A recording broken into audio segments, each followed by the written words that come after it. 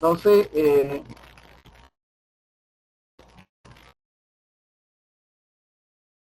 sí, es que tengo que grabar la clase para que los otros estudiantes que no se pudieron incorporar hoy la puedan ver. Bueno, como les decía, la teoría de decisiones, ¿verdad? Es un, es un campo que estudia cómo los individuos y las organizaciones toman decisiones, especialmente en situaciones de incertidumbre.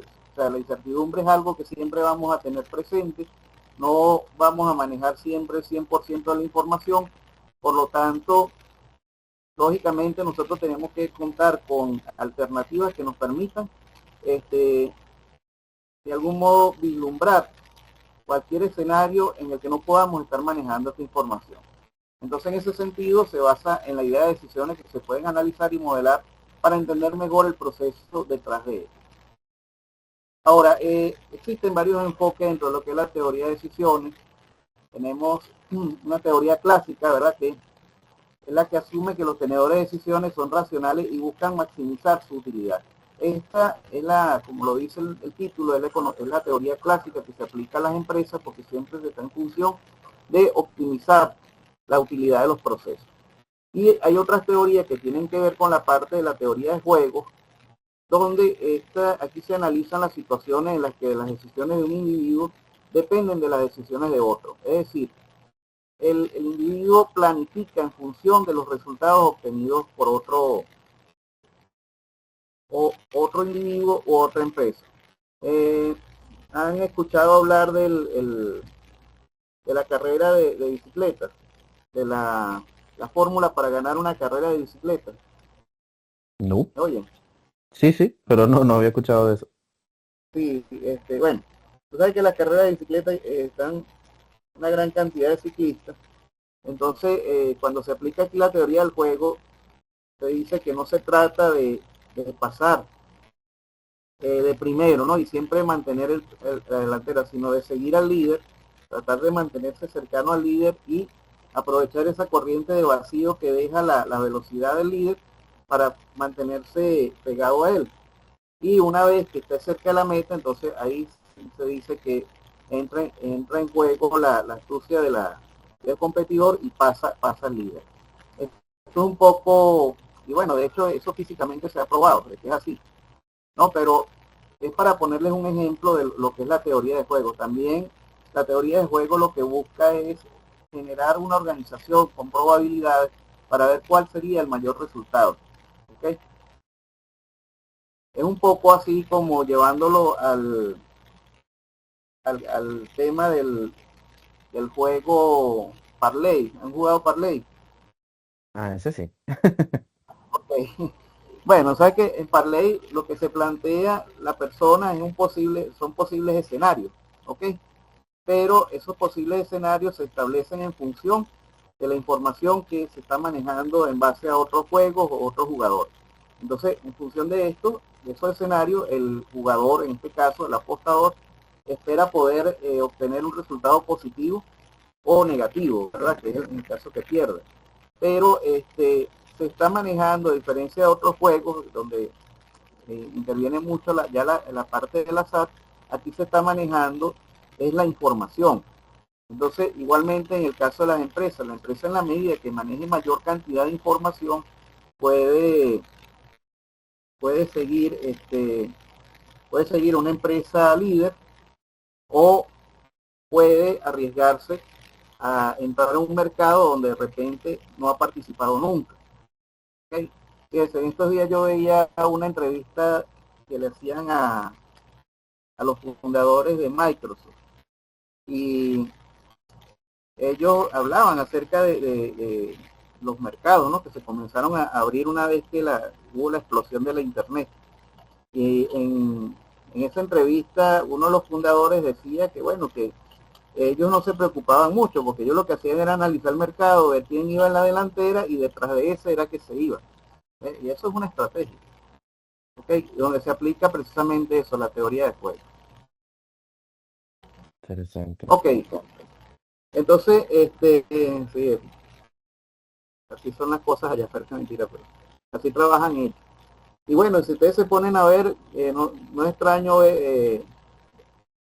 que Ustedes ven que la mayoría de esas empresas pequeñas, cuando tienen un pronóstico de éxito grande, enseguida salen las empresas grandes y las compran, ¿ok? Porque lógicamente, o sea, es un mercado monstruoso. Entonces, fíjate, dentro de los enfoques de las teorías de decisiones vamos a manejar lo que llamamos la teoría prospectiva. Esto es una teoría que propone que las personas valoran las ganancias y las pérdidas de manera diferente, mostrando una mayor aversión a las pérdidas que a la búsqueda de la ganancia. Es decir, generalmente las personas cuando se manejan bajo esta teoría en la parte planificativa, siempre hacen aquello de que prepárate para lo peor esperando lo mejor. Es decir, se sitúa en un escenario sumamente pesimista, ¿ok? De la planificación de manera tal de que si logran sobrevivir con un escenario pesimista, ellos saben que van a estar mejor bajo un escenario optimista. Entonces, tenemos también el caso de las decisiones bajo incertidumbre, que es cuando desconocemos totalmente cuál va a ser el comportamiento de una variable dentro de lo que estamos nosotros midiendo. ¿Okay? En este caso, el mercado, podemos estar desconociendo cómo será la demanda, cómo, por ejemplo, si estamos en una empresa que depende de las importaciones, y ustedes lo pueden ver el día a día aquí en el país, estamos en una economía en la cual vivimos bajo una gran incertidumbre en relación a la estabilidad de la moneda, ¿cierto? Entonces, ¿cuál es la estrategia que muchos comerciantes ante eso para poder resguardar sus inventarios han tomado? Que le aumentan, que han establecido dos tasas, ustedes ven que ustedes van a comprar algo ahorita y una tasa se la colocan en dólares, o sea, un precio lo colocan en dólares y otro precio lo colocan si lo compras en bolívares, pero realmente lo que está tratando el comerciante con eso es de cubrir esa diferencia, esa incertidumbre que existe en la variación diaria de la moneda. Fíjense que ya estamos hablando de una variación que existe entre el dólar oficial y el dólar paralelo cercano a los 10 bolívares. O sea que un dólar oficial que está en 37 bolívares, quiere decir eso que ya se está acercando a un tercio del valor oficial, ¿verdad? Un tercio de la evaluación oficial. Entonces, para poder entonces lidiar con todo esto, ¿verdad? Se utilizan varias técnicas en lo que es la base de la toma de decisiones. El primero es el estudio de la realidad, o sea, ustedes tienen que ser concisos con la realidad, estar en consecuencia con la, o sea, no engañarse, porque fíjate, más adelante vamos a ver lo que son los sesgos cognitivos. Y el sesgo cognitivo es cuando la persona se engaña a sí misma de algún modo esperando un resultado que no va a pasar dentro de esa realidad. Que al final eso lo conduce al fracaso. ¿Ok? Y posteriormente, una vez que ustedes analizan la realidad o el entorno, viene lo que es la modelación de la realidad, es decir, cómo yo interpreto esa realidad desde el punto de vista financiero, desde el punto de vista social, desde el punto de vista económico. ¿Ok? Y cómo, entonces, en base a esas características, yo puedo inducir un cambio y transformar la realidad de donde estoy trabajando en ella. ¿Okay? En este caso, no es lo mismo de repente la transformación de la realidad para una microempresa a la transformación de la realidad para una gran empresa como lo puede ser la Polar o lo puede ser la Pepsi-Cola o la Coca-Cola, ¿cierto? Ahora, ¿qué se necesita para eso? Bueno, tomar en cuenta lo que es la organización de las personas, porque sabemos que esto es una parte clave, fundamental en el desarrollo de cualquier empresa, el capital humano. ¿Okay? Aquí, me disculpan, se me pasó una P ahí, pero es la gestión de la toma de decisiones, lo que quise decir ahí, me estoy dando cuenta ahorita que dice Topman. No, es la gestión de toma de decisiones, ya voy a corregir eso. Ok, y la gestión de toma de decisiones tiene que ver principalmente con todo este acervo que estamos hablando de estudiar la realidad, modelar la realidad y transformar la realidad en función de la organización de recursos humanos y en función de los elementos financieros con los que contemos en ese momento. Esperando siempre, lógicamente, un resultado que va a ser nuestro escenario. ¿Dudas hasta ahorita? Solo uno, profe. ¿Este material en específico lo va a dejar en la plataforma? Sí, sí. Sí, lo Ok. único que voy a revisar primero eso de esa P que la voy a sacar de ahí. Sí, no hay No debería problema, ir. tranquilo. No, no, sí, todo esto se sube a la plataforma. Yo después de cada clase, incluso el video yo lo bajo de YouTube y le pongo el link en la plataforma, porque a veces hay problemas para poder descargar directamente el video desde aquí, Sí, ¿sabes? a veces hay problemas con los permisos y eso, sí. Sí. Entonces yo les dejo yo ahora lo subo a YouTube y les dejo el link. Me regalan un like cuando lo hagan.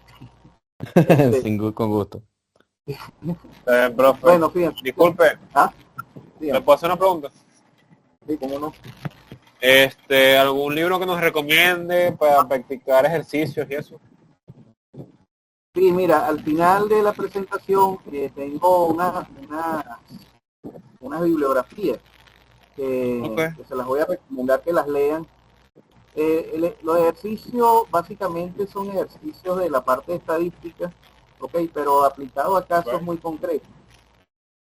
Pero vale. al final van a ver algo, ¿me escuchan? ¿Me oyes? Sí, sí, se le Hola, escucha, profe.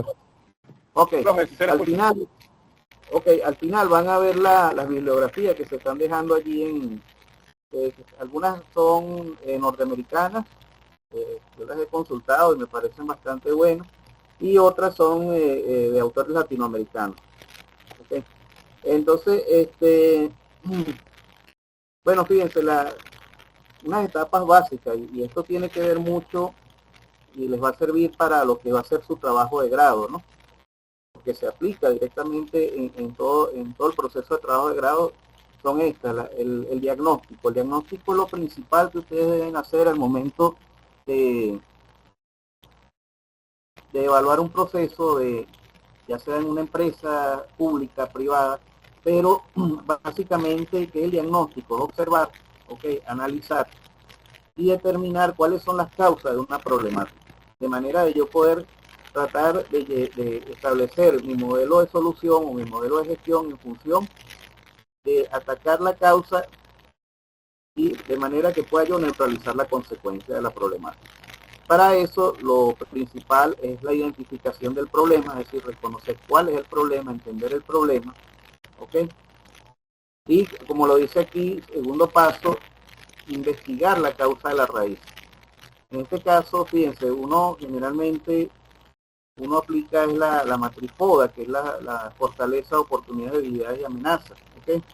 Pero esa matriz tiene que ser aplicada de manera, no solamente de manera descriptiva, diría yo, sino también de una manera secuencial. Es decir, si yo veo cuáles son mis fortalezas, esas fortalezas me permiten a mí generar oportunidades de manera de que esas debilidades y amenazas yo las pueda convertir en fortaleza. ¿Ok? Pero no, porque muchas veces el caso de la matriz FODA es que llegan y la describen, pero no muestran en esa descripción cómo es la interacción entre los diferentes elementos que la conforman. Y eso es importante cuando uno va a hacer una toma de decisiones. ¿Okay? Bien. Bueno, como les decía, la evaluación del contexto, ¿verdad? Fíjense que aquí una de las cosas que estimula la toma de decisiones es el esquema de la búsqueda de información, formulación del problema, evaluación de alternativas, elección de la mejor alternativa. Es como una secuencia de pasos que uno sigue para poder hacer este tipo de análisis. Entonces tengo la evaluación del contexto, que era lo que yo les decía, evaluar mi realidad, cuáles son las que tengo a favor, con qué recursos financieros cuento, con qué recursos humanos cuento, ¿ok? Para ver cómo lo integro y puedo transformar esa realidad a través de la decisión. Y cuando hablamos de la generación de alternativas, lo que estamos es generando un posible abanico de soluciones, ¿ok?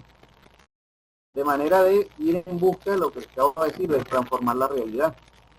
Pero también esas decisiones, recuerden que ustedes las van a tomar en un cierto ambiente de incertidumbre, y eso conlleva, este ambiente de incertidumbre les va a conllevar también a generar unos riesgos, que son las consecuencias de esas decisiones que ustedes puedan asumir.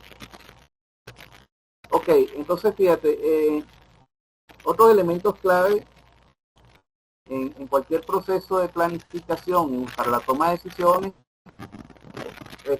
refiere a los objetivos, ¿verdad? Una vez identificado el problema, yo tengo que generar un objetivo de cómo lo voy a atacar o cuál es la parte del problema que voy a atacar.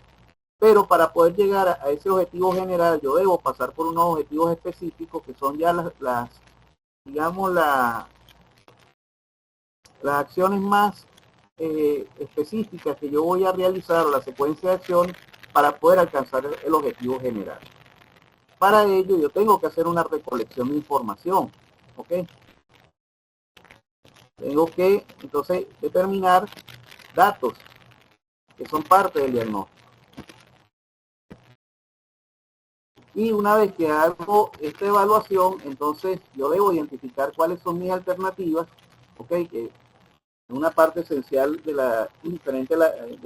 donde muestran los diferentes enfoques que le puedes ofrecer a un cliente, en este caso a un supervisor dentro de la empresa, y la evaluación de esas alternativas. Es decir, yo debo evaluar antes de tomar la decisión cuál alternativa me genera mayores beneficios y cuál me genera menores beneficios, de manera que yo puedo llegar entonces a la fase de selección.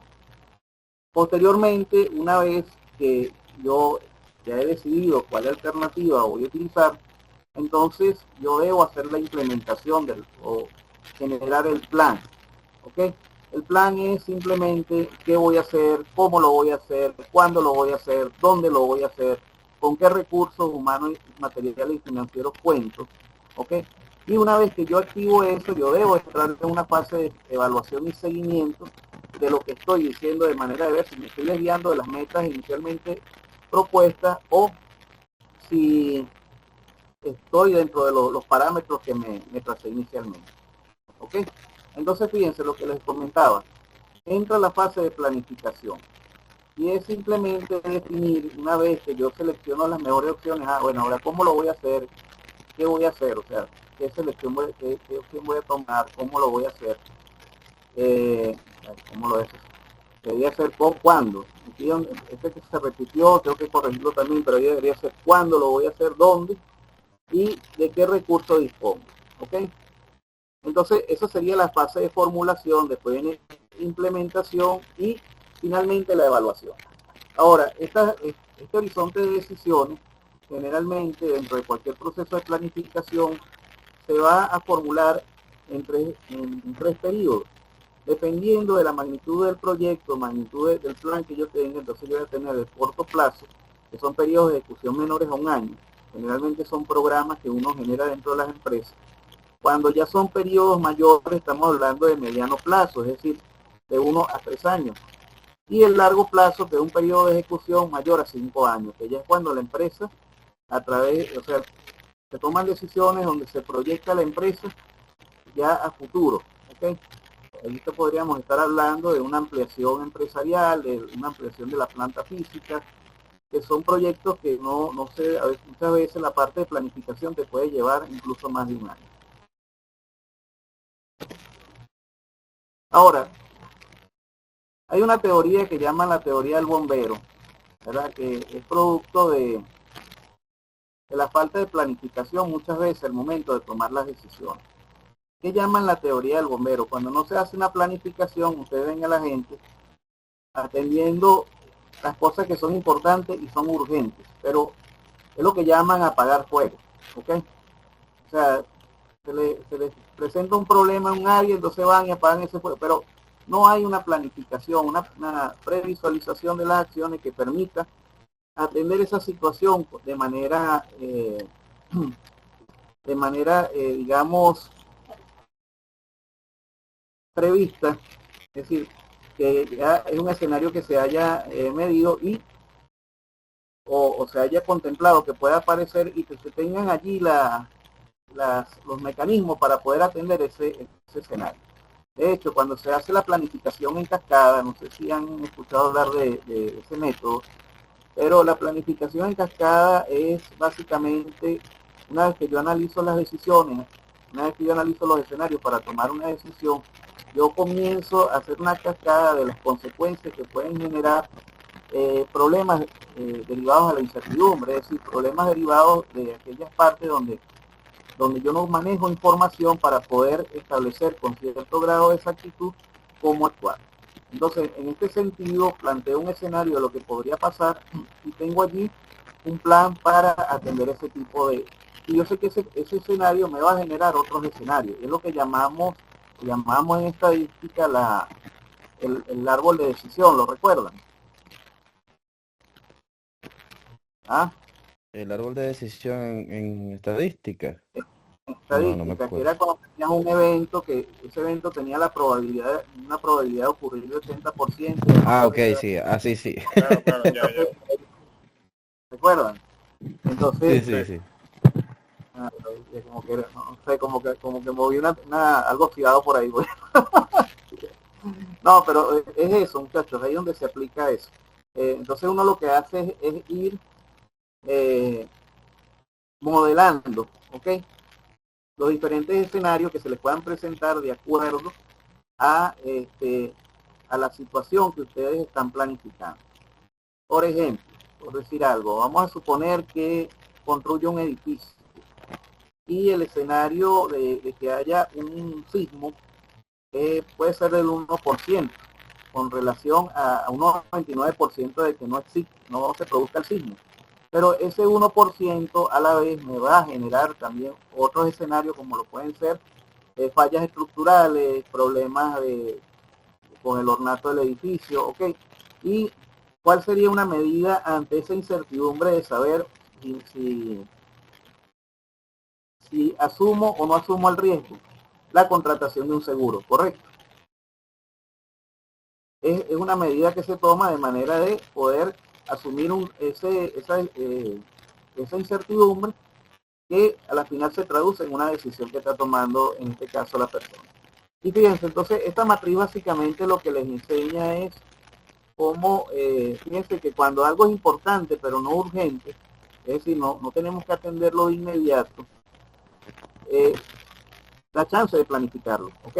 Ahora, si son cosas no importantes pero son urgentes, también deben ser delegadas, porque parte de la toma de decisiones es aprender a delegar en otras personas, en otras partes del equipo de trabajo. Que generalmente uno en la empresa no trabaja solo, uno es parte de un equipo.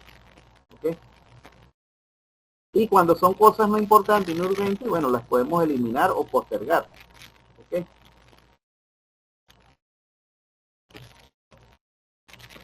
Ahora, dentro de los métodos de la toma de decisiones, van a existir o se estudian hoy en día básicamente dos métodos. Está el método racional, que es el método que está enfocado en la parte sistemática, es decir, a tomar las decisiones de manera sistemática, y está el método emocional, que era el que yo le decía que ya es el que toma en cuenta a las personas y analiza cómo es el comportamiento de las personas frente a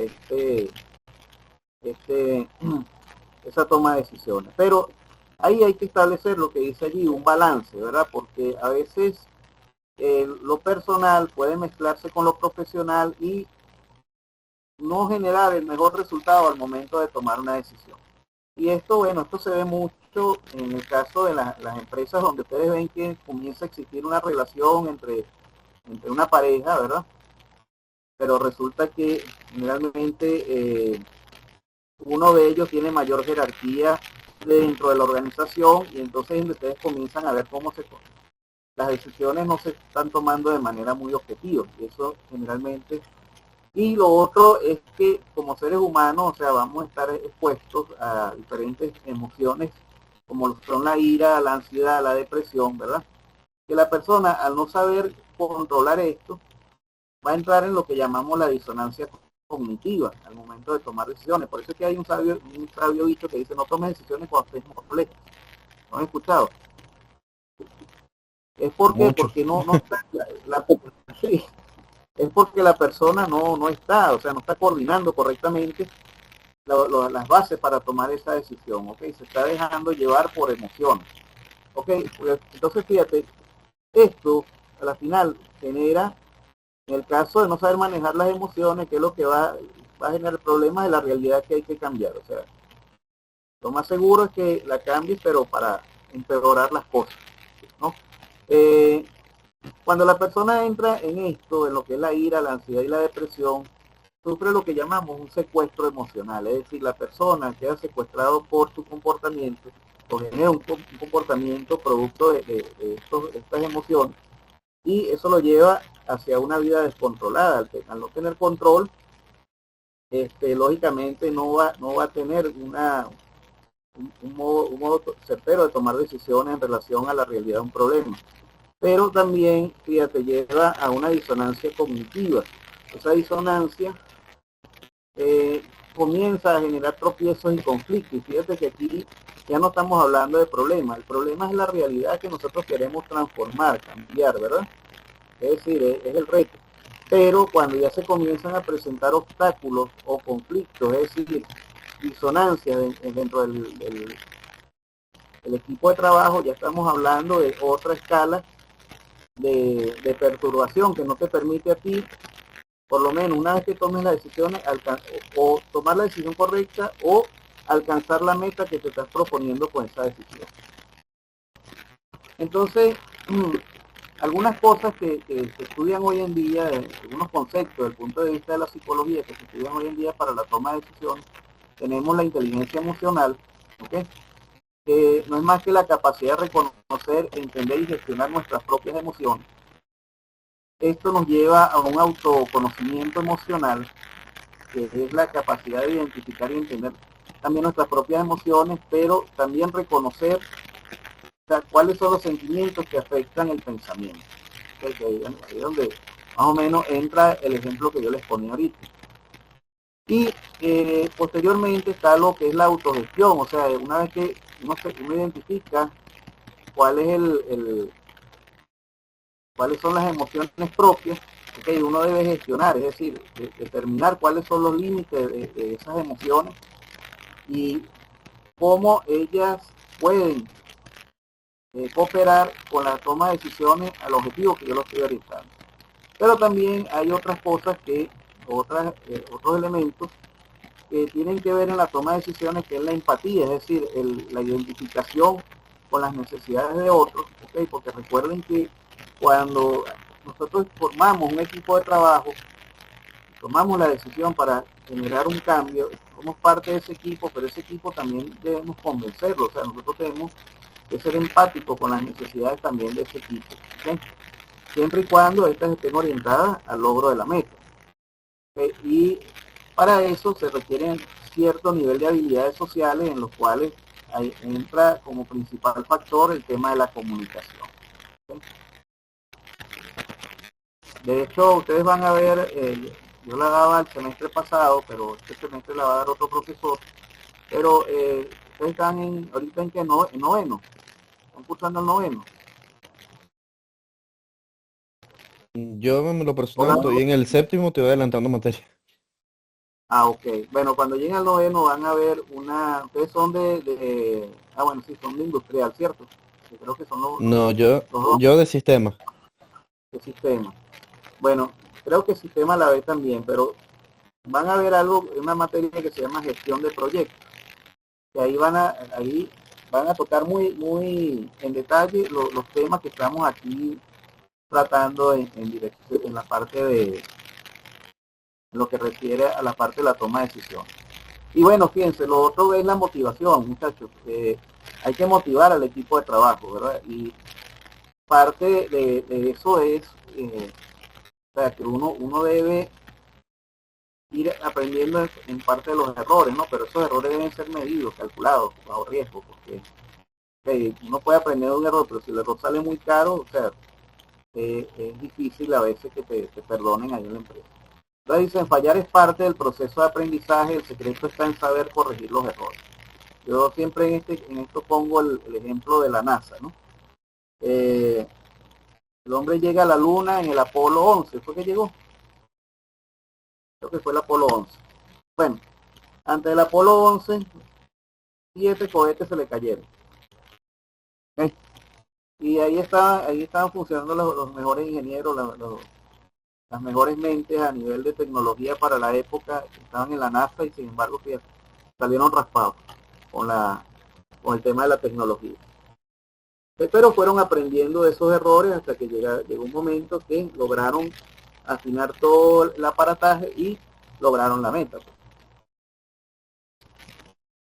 Ahora, como les decía, hay que poner en práctica algunas habilidades sociales como son la comunicación efectiva, la colaboración, la parte de la resolución de conflictos, que es saber manejar los acuerdos de manera constructiva, la empatía, que es comprender las emociones y perspectivas ajenas, saber negociar, es decir, buscar el acuerdo beneficioso para todas las partes involucradas, adaptarse al entorno, es decir, al equipo de trabajo, y eso se refiere a ajustarse a nuevas situaciones y cambiar el enfoque, y tener un pensamiento crítico. Cuando hablamos de pensamiento crítico, lo que nos estamos refiriendo es a valorar los pros y los contras de cualquier decisión que tomemos. ¿Okay? Bueno, algunas emociones negativas que pueden afectar también la toma de decisiones, tenemos el miedo, la ansiedad, la frustración, la tristeza, algunas ya las nombré, la ira, la culpa, la desesperanza. Estas son realidades de todos los seres humanos que ustedes se las pueden conseguir en algún momento dentro de cualquier parte que forma la organización. ¿Okay?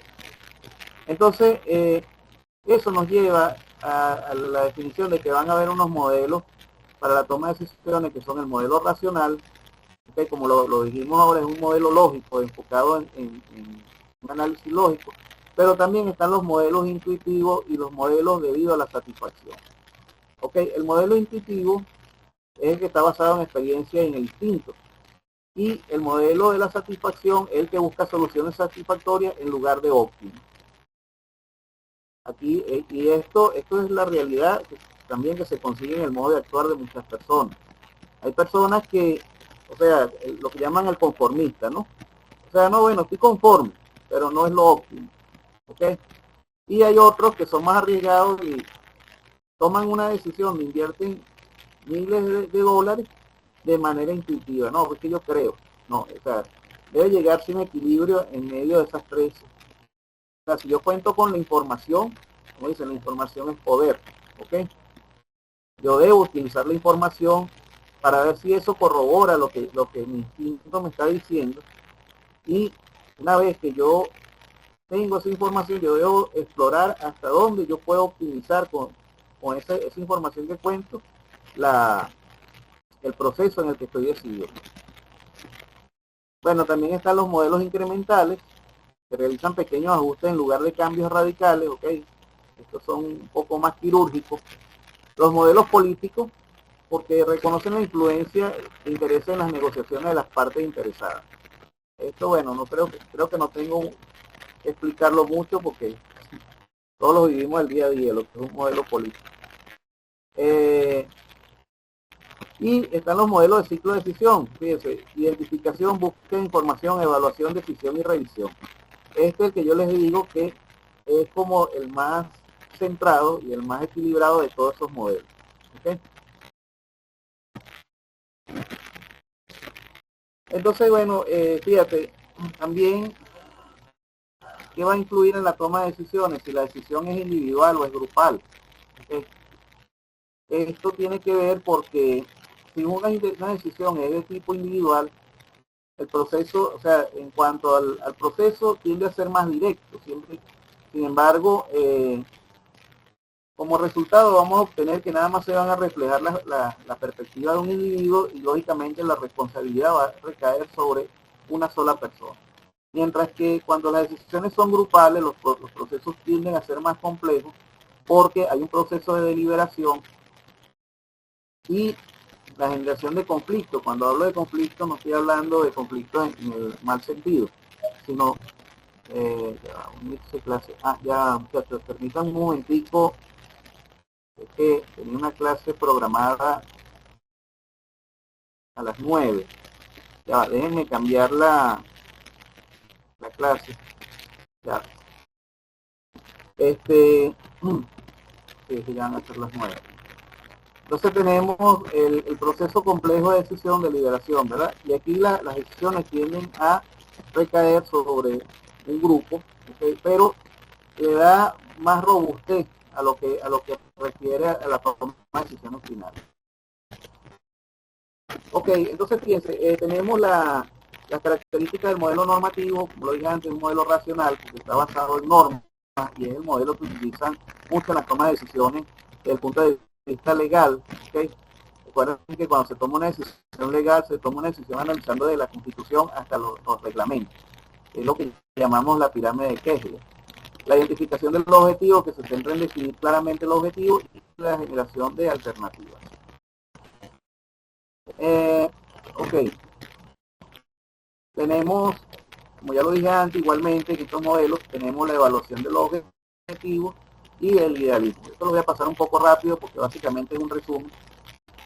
Y hay otros modelos que son los modelos descriptivos, donde se caracterizan porque se aplica mucho lo que es el realismo, ¿okay? Es decir, el estudio de la realidad, las influencias psicológicas de las personas que están incorporadas a ese proyecto, y en este caso hablamos de los sesgos cognitivos, y que son procesos no lineales. Cuando hablamos de que son procesos no lineales, quiere decir, es decir, la variable que estoy estudiando no me va a dar un resultado directo, tengo que estudiarla a través de otra variable.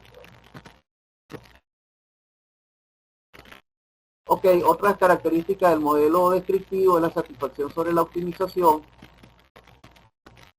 Okay. En lugar de buscar la mejor opción posible, la persona suele optar por soluciones satisfactorias. El contexto social considera cómo las interacciones sociales y el entorno influyen en su decisión, y las limitaciones cognitivas, que reconocen que los individuos tienen limitaciones en su capacidad. Ahora, ¿dónde se aplica este modelo? Bueno, en la parte de psicología, economía conductual y ciencias sociales. Fíjense que, como les decía antes, son campos de desarrollo donde no necesariamente tienen que, tenemos una variable que vamos a poder medir de manera precisa, que dependen del comportamiento de la persona. Tenemos el modelo de la teoría de utilidad esperada. Este es el modelo que se utiliza en economía, es decir, es un modelo de proyección, donde la toma de decisiones está en función de los rendimientos. Entonces tenemos la utilidad, las probabilidades, que era lo que yo le decía, y se explora el árbol de decisión. Bueno, si me voy por esta opción, ¿cuánto puedo generar de utilidad? O si me voy por la otra, ¿cuánto me genera de utilidad? ¿Ok? Aquí sí estamos hablando de cálculos más precisos, resultados más fríos, que nos permiten analizar a través de la información cuál sería el posible resultado. Y fíjense que al final aparece riesgo y aversión al riesgo. Es decir, que en este caso podemos nosotros, bajo este modelo, medir un poquito más la incertidumbre. ¿Okay? Fíjate, ahí se trabaja con lo que es el modelo racional de decisiones, una curva de utilidad, que es la curva de costos y beneficios, ¿okay? Que me imagino la habrán visto en la parte de economía o ingeniería de costos. Y bueno, como lo dice aquí, las aplicaciones están en la parte de economía, finanzas, teoría de juego, y sirven para modelar las decisiones. En relación al riesgo,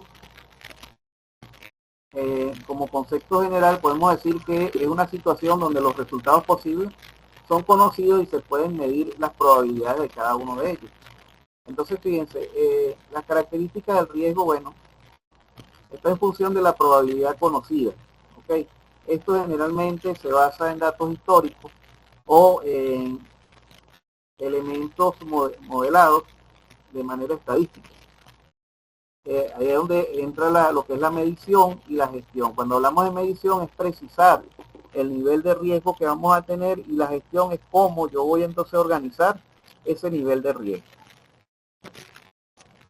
Pero siempre dentro de lo que es el riesgo va a imperar lo que es la incertidumbre, que siempre va a ser esa fracción del proceso donde yo no puedo manejar el resultado. ¿Okay? Entonces, ¿qué es lo que genera la incertidumbre? Bueno, principalmente la falta de información la dificultad en la evaluación, el impacto, cuando hablamos de impacto emocional mayor, es porque recuerden que esto está asociado muchas veces al comportamiento de las personas.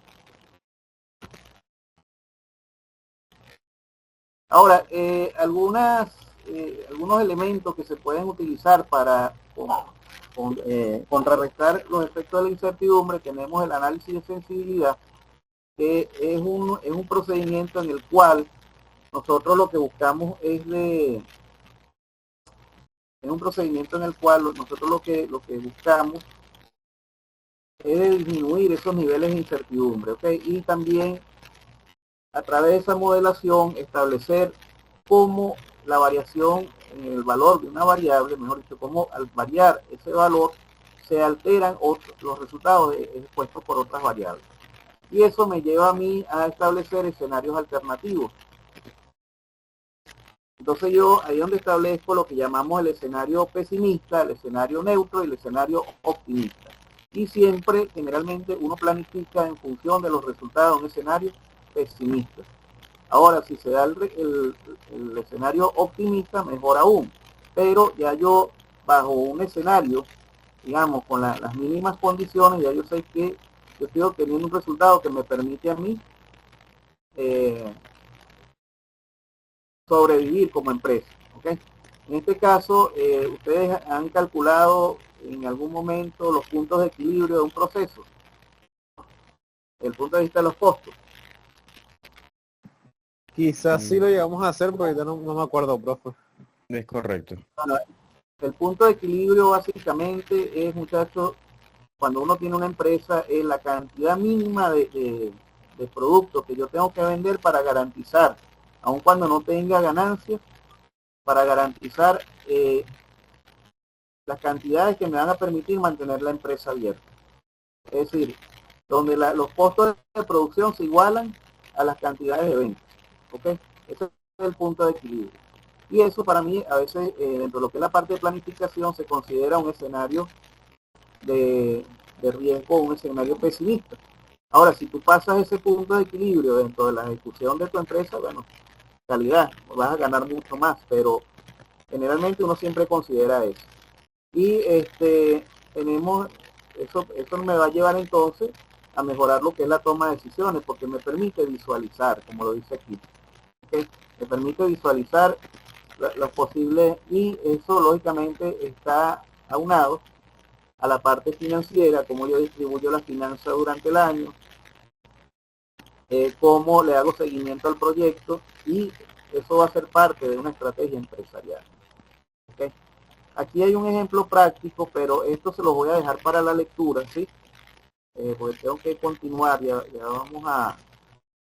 Entonces, fíjate, algo que parte de lo que estudian los economistas, que tiene que ver mucho con la psicología, es la economía conductual.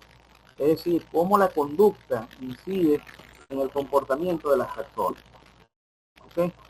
Miren, un ejemplo de esto, ustedes no han visto o han hecho la prueba a veces que uno se para en un sitio, se paran 2 o 3 personas, hace una cola y llega la gente sola.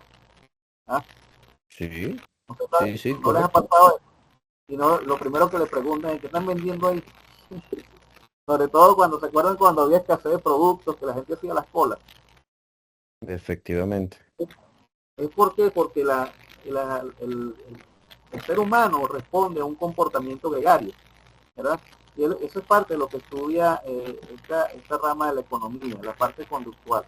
Pero eso, cuando lo aplicamos al mundo empresarial, al mundo de las decisiones, de la gestión, tiene que ver mucho con la parte de los sesgos cognitivos. ¿Qué son los sesgos cognitivos? Y también con lo que es la heurística.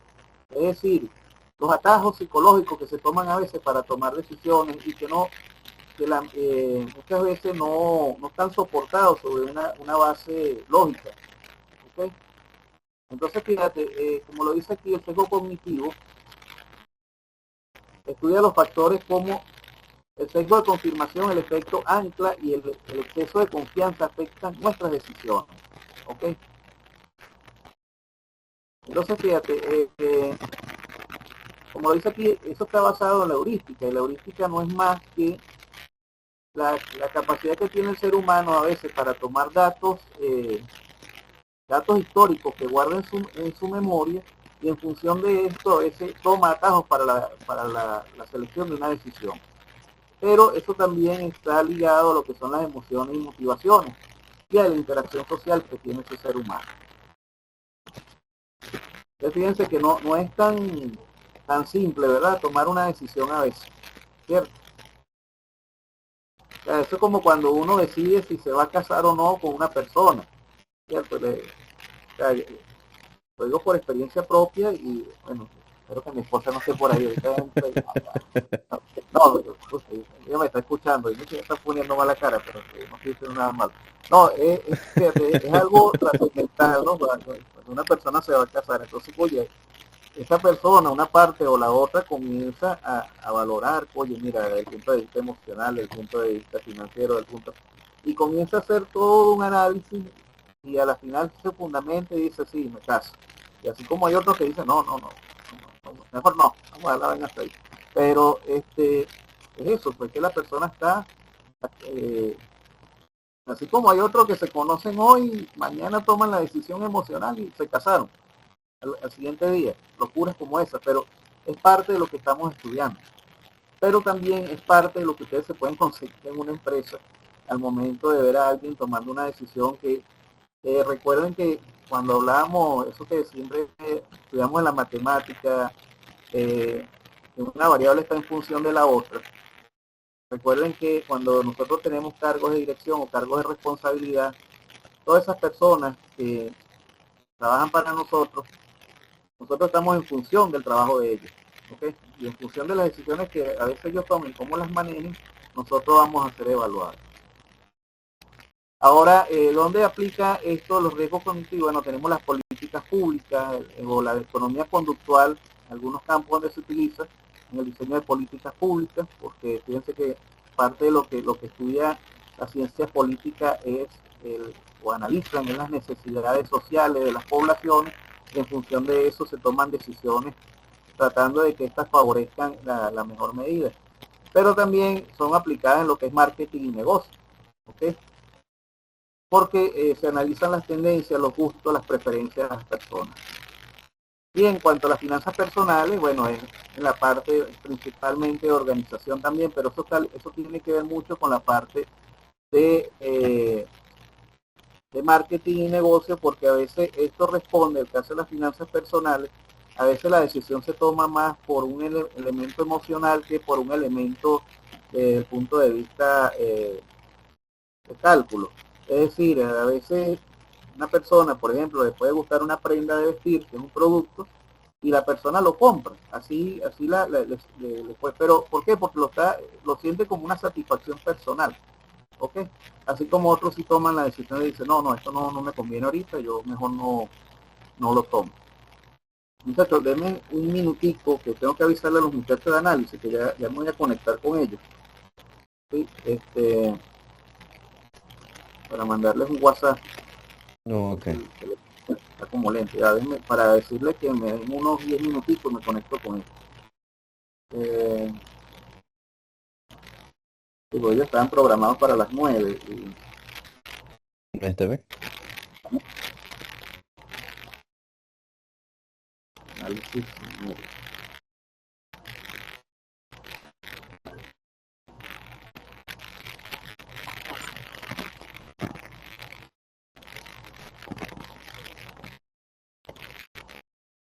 Hola, buenas noches, muchachos. Ya me voy a conectar.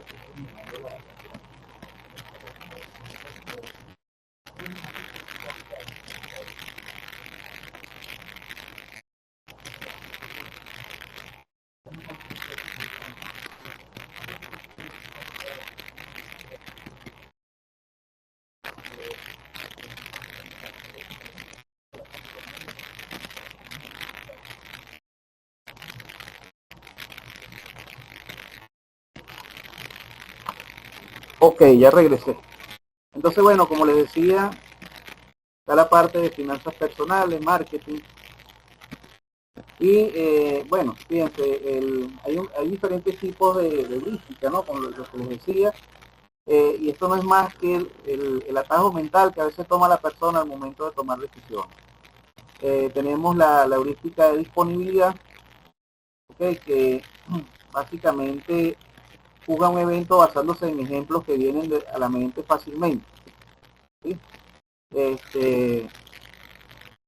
Esto, bueno, yo siempre pongo el caso de la persona, la mujer o el hombre que ven a distancia. Por ejemplo, la mujer lo ve a uno tomado de la mano con de otra mujer, inmediatamente viene a su mente heurísticamente lo que no es. Porque de repente no pueden pensar que, mira, puede andar con su hermana, puede ser su sobrina, ¿verdad? O sea, no hacen primero una investigación antes de tomar la decisión. Esto es lo que llamamos heurística de disponibilidad. Y tenemos la heurística de representatividad, que es evaluar algo en función de cuán similar es un propósito conocido. Es decir, lo que hacen es comparar. ¿Okay? Y bueno, fíjense, entramos en lo que viene siendo el resultado de las decisiones heurísticas, que son los sesgos cognitivos. Los sesgos cognitivos son los errores sistemáticos en el pensamiento y afectan nuestra decisión y juicio. ¿Okay? Entonces vamos a tener varios tipos de sesgo cognitivo. Tenemos el sesgo de confirmación, que es la tendencia a buscar y valorar información, a buscar y valorar información que confirme nuestras creencias preexistentes. Esto generalmente cuando las personas tienen una teoría y lo que comienzan es a informarse y ver si esa teoría que ellos tienen coinciden con los resultados de otras personas, que es lo que hacemos más que todo en las tesis, ¿no? Tenemos el sesgo de costo hundido, que es la tendencia a seguir invirtiendo en algo, dinero, tiempo, solo porque ya hemos invertido en ello. ¿Okay? La persona, esto es como dicen, ¿han escuchado que la locura es hacer lo mismo 1000 veces esperando un resultado distinto? Bueno, Correcto. es un poquito lo que es el sesgo de costo hundido, ¿no? Y tenemos otros y tenemos lógicamente que el sesgo del anclaje, que ocurre cuando las personas se basan demasiado en la primera información que reciben. Se anclan a esa información y no averiguan si la cuestión es así, ¿no? Entonces ahí es donde uno tiene que usar lo que hablábamos hace rato, el pensamiento crítico. Es decir, usted no puede irse a las primeras, en el sentido de que si usted, mucho menos cuando se toma una decisión desde el punto de vista técnico, desde el punto de vista financiero, ¿okay? Y usted le va a recomendar a un cliente sobre un determinado proceso. En este sentido, bueno, usted debe informarse y ver si de verdad o sea, hacer una comparación, y ahí es donde yo digo que el mejor sistema para mí de toma de decisiones está en lo que es el ciclo de la decisión, ¿no? Hacer la información, hacer el análisis, hacer la corroboración y posteriormente exponer una posible solución. Y entonces, fíjate, estos sesgos van a generar unos efectos, que tenemos el efecto Dunning-Kruger, o mejor dicho, esto es un tipo de sesgo también, el efecto Dunning-Kruger, y esto se refiere a la tendencia de las personas con habilidades limitadas en un área a sobreestimar su competencia. ¿Ok? Esto es el típico sesgo de las personas que a veces están buscando empleo y son toderos. Entonces, mira, una persona que, bueno, estamos requiriendo, no, yo lo hago, pero resulta que la persona no tiene ningún tipo de experiencia allí, e igualmente, entonces si tú tomas la decisión de contratar a esa persona y no corroboras los antecedentes de esa persona, lo más seguro es que tanto él como la persona que lo está contratando incidan en la producción de errores, ¿no? Y tenemos otro sesgo, como el sesgo del optimismo, la tendencia a ser siempre optimista sobre los resultados futuros. ¿Okay? Entonces, fíjate, cada uno tiene un ejemplo que lo pueden leer con calma, pero básicamente cuando la persona es muy optimista también está siendo un poco ilusa, a veces ante la posible realidad que se puede presentar, entonces no planifica en función del escenario pesimista. Tenemos el efecto halo, Es un sesgo que ocurre cuando nuestra impresión general es influye la impresión general sobre una persona. A veces la persona puede ser muy buen trabajador, pero o sea, se juzga en función de su primera impresión y no de la capacidad de las habilidades que tiene la persona para ejercer la función que se está requiriendo. Tenemos el sesgo de disponibilidad. Este sesgo se refiere a la tendencia a jugar las probabilidades del evento basándose en lo fácil que es recordar ejemplos similares. Esto es un poquito lo que hablábamos al principio. ¿Okay? Efecto del falso consenso, la tendencia de creer que nuestras propias creencias, comportamientos son más comunes de lo que realmente son. Es decir, a veces esto es la negación a la autocorrección de la persona.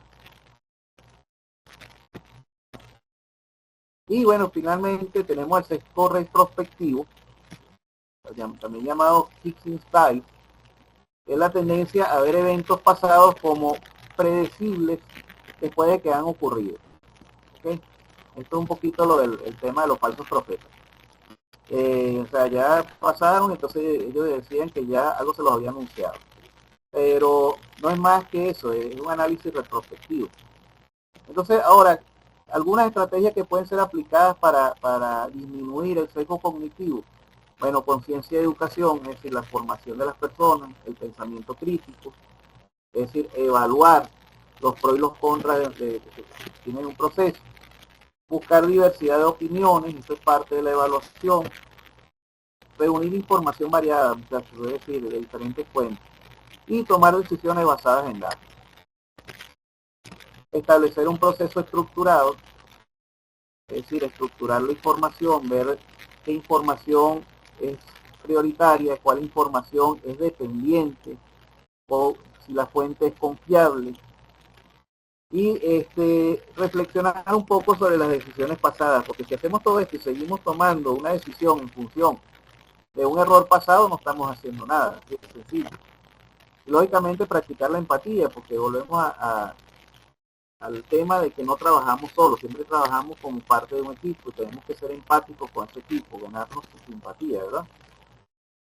Tomarnos un tiempo para decidir, o sea, ¿no? Por más urgente que sea algo, o sea, la decisión debemos tomar un mínimo de tiempo para evaluar lo que estamos haciendo y finalmente evaluar los resultados de lo obtenido. Entonces, fíjense, como conclusión, la heurística podemos decir que es una herramienta que nos sirve para navegar en un mundo complejo en el que vivimos y es fundamental ser consciente de su potencial para incidir en el sesgo cognitivo. Entonces ya por ahí pueden ver una pequeña muestra de lo complicado que es a veces el ser humano al momento de tomar una decisión. ¿Okay? Bueno, y esto es lo que les decía, estas son algunas bibliografías que les recomiendo, que las pueden revisar, algunas están en inglés, otras en español. Sin embargo, son autores, son bastante claros y concisos en cuanto al tratamiento de los temas que se exponen allí. Bueno, muchachos, esto sería todo por hoy. Yo espero ya poderme comenzar a reunir con ustedes a partir del día domingo. Okay, lo que pasa es que este domingo hubo algunos problemas eléctricos aquí y ayer igual, ayer hubo también, entonces pude enlazarme fue a partir de hoy. Entonces, bueno, espero les haya gustado la clase. ¿Están allí? Sí, ¿Todo bien? sí. ¿No se durmieron? No. Estuve interesante la clase, profe. Sí, no, este tema Un poco denso, porque es un tema denso, pero de verdad que es bastante interesante. Sí. No, es que ahorita vamos a, más que todo, a analizar eso, la parte, estas 2 primeras semanas es la parte psicológica y emocional para la toma de decisiones. Claro. Ya en los próximos capítulos sí vamos a estar manejándonos más con la parte de cálculo, ¿no? Pero ya un cálculo precisado en función de la información. Bueno, muchachos, Okay. me pido, los dejo porque tengo que recibir el otro grupo. Profesor, ¿le puedo preguntar algo ahorita en lo que termine la grabación? Es algo rápido. Dime. Eh, creo que tengo clase con usted, no sé si se puede asegurar ahorita. Yo veo una materia que se llama programación numérica y lo tengo usted como profesor asignado, pero en el SAYA no tengo nada publicado. Quería preguntarle si a lo mejor la materia que va a haber ahorita tiene que ver con eso, no sé. Sí, esa es la que voy a dar ahorita, programación numérica. Por eso, no sé si me puede decir el link o algo, ya en el WhatsApp, le puedo mandar un mensaje en privado sin problema. Sí, mándame, este, pero sí salgo yo en tu saya como profesor editor. Me dice que es profesor editor, pero todavía no tengo nada. Le voy a mandar la sección y el link del curso para que usted mismo se asegure. Ok, si quieres entonces envíame ahorita el WhatsApp, ¿verdad? Ujú. Y te reenvío el link con el que me voy a conectar con ellos para que te incorpores. Ok, perfecto. Buenas Gracias, noches, profesor. profe. Bueno, gracias muchachos, gracias a ustedes por asistir.